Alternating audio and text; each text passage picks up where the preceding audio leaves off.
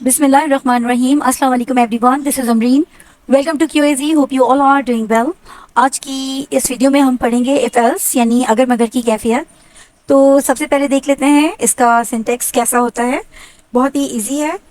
If else के लिए सबसे पहले हम लिखते हैं इफ, इसके बाद हम बनाते हैं पेरेंथेसिस, पेरेंथेसिस के बाद हम कर्ली ब्रेसेस देते हैं।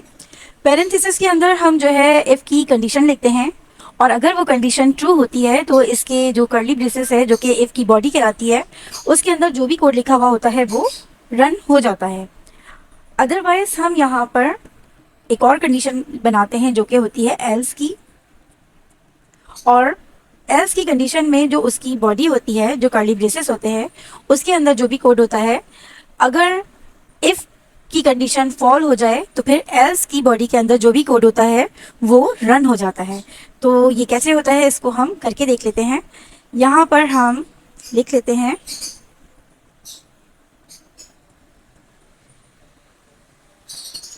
यहाँ मैं एक लिखती हूँ,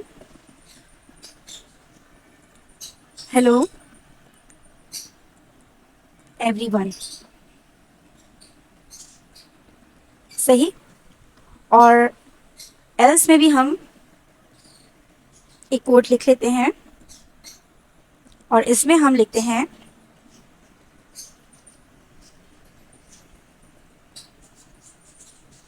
गुड बाय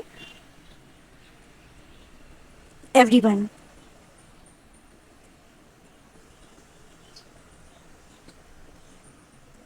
सही। तो जैसे कि मैंने आपको बताया कि अगर इफ की कंडीशन ट्रू हो तो क्या होता है कि इफ की बॉडी के अंदर जो भी कोड होता है वो रन हो जाता है। तो हम इसे पहले ट्रू करके देखते हैं,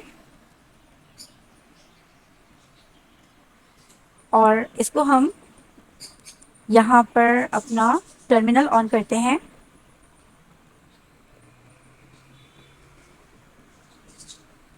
और अपने इस टर्मिनल के ऊपर इसको मैं कंपाइल करवा रही हूँ।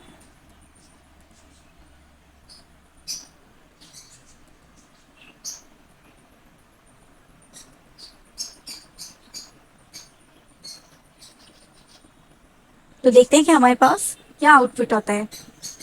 क्योंकि मेरे पास इफ की पैरेंथेसिस जो थे उसके अंदर ट्रू कंडीशन थी, तो इसलिए मेरे पास प्रिंट हुआ हेलो एवरीवन। ठीक है।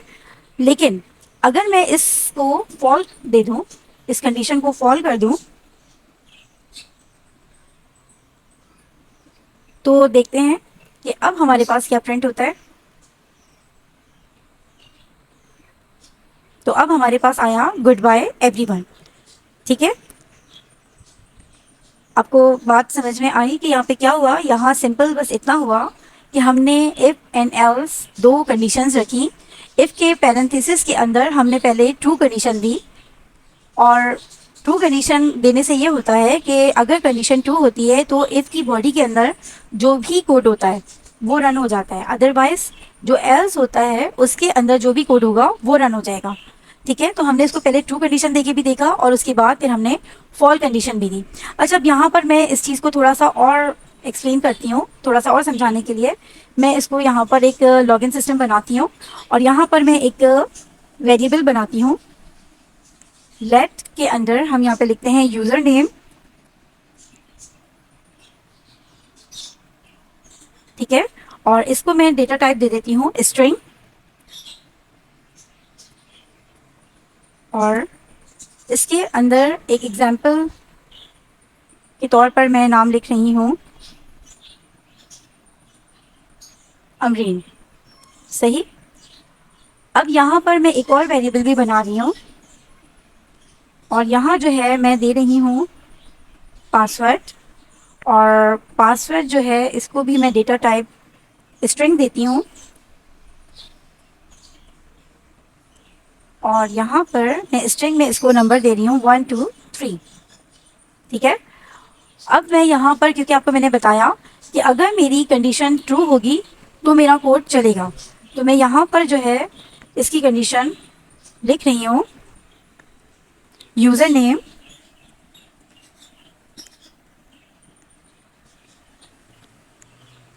अगर हो अमरीन।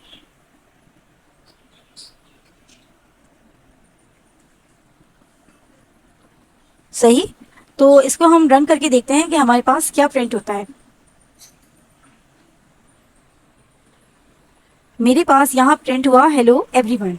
ठीक है, अब मैं इसको यहाँ पर थोड़ा सा और समझते हैं, और समझने के लिए मैं यहाँ पर इसको एक और कंडीशन दे देती हूँ कि यहाँ मैं एंड की कंडीशन लगाते हुए पासवर्ड जो है वो भी यहाँ दे देती हूँ कि अगर मेरा पासवर्ड हो 123, जैसे कि मैंने आपको बताया कि जब हम यहाँ पर कंडीशन ट्रू देंगे तो हमारा ये वाला कोड चलेगा, अदरवाइज हमारा एल्स वाला कोड जो है वो रन होगा।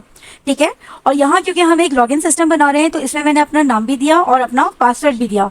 जब हम यहाँ पर एंड की कंडीशन रखते हैं तो एंड की कंडीशन में क्या होता है कि हमें अपनी दोनों ही कंडीशन जो है वो ट्रू चाहिए होती हैं।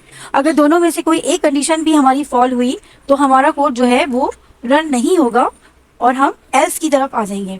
तो इस वक्त मैंने यहाँ पर दोनों कंडीशन ट्रू दी हैं, तो मैं यहाँ पर नीचे आकर इसको रन करवाती हूँ और देखती हूँ कि यहाँ पर मेरे पास क्या प्रिंट हुआ। तो यहाँ पर मेरे पास हेलो एवरीवन जो है वो प्रिंट हो गया है। ठीक है, अब मैं इसको थोड़ा सा चेंज करती हूँ और मैं यहाँ पर इसे लिख देती हूँ हेलो एवरीवन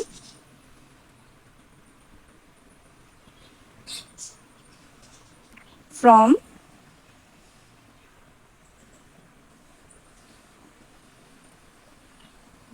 थोड़ा सा मैं यहाँ पर स्पेस दे देती हूँ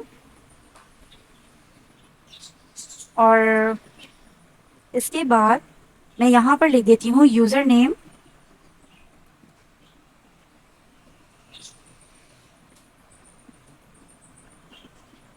सही।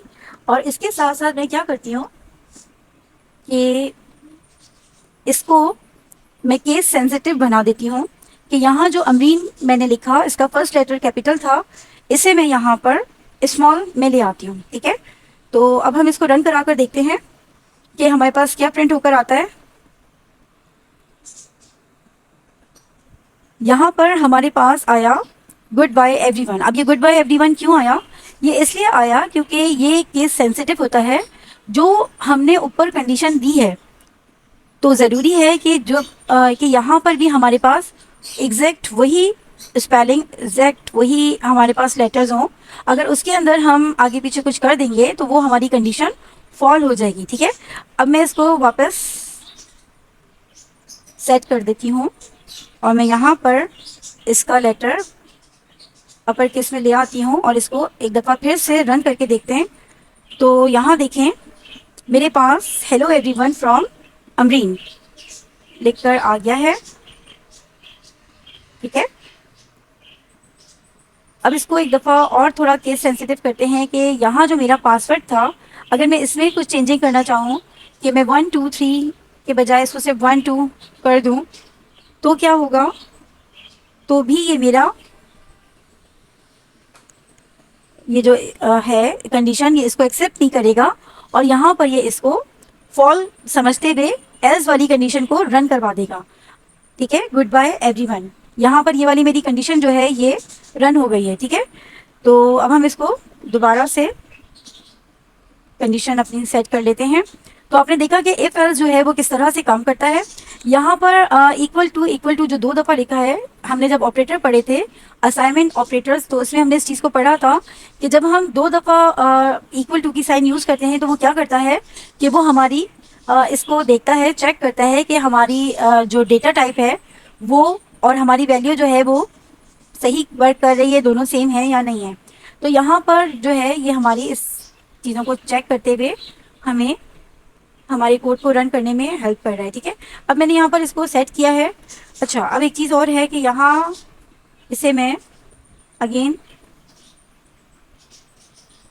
रन करती हूँ तो देखें इस दफ़ा मेरे पास ये सेट हो गया है और यहाँ पर ये मेरे पास आ गया है। ठीक है, तो ये था हमारा इफ एल्स। उम्मीद है आपको समझ में आ गया होगा और बहुत अच्छे से इसको आपने अंडरस्टैंड कर लिया होगा। फिर भी अगर कुछ आपको समझ में ना आए तो आप इसको वीडियो को रिपीट करके दोबारा से देख सकते हैं, नहीं तो आप मुझसे पूछ सकते हैं कमेंट के ज़रिए। तो इंशाल्लाह नेक्स्ट वीडियो में हम फिर आते हैं अपने नेक्स्ट टॉपिक के साथ। जब तक के लिए बहुत शुक्रिया, अल्लाह हाफ़िज़।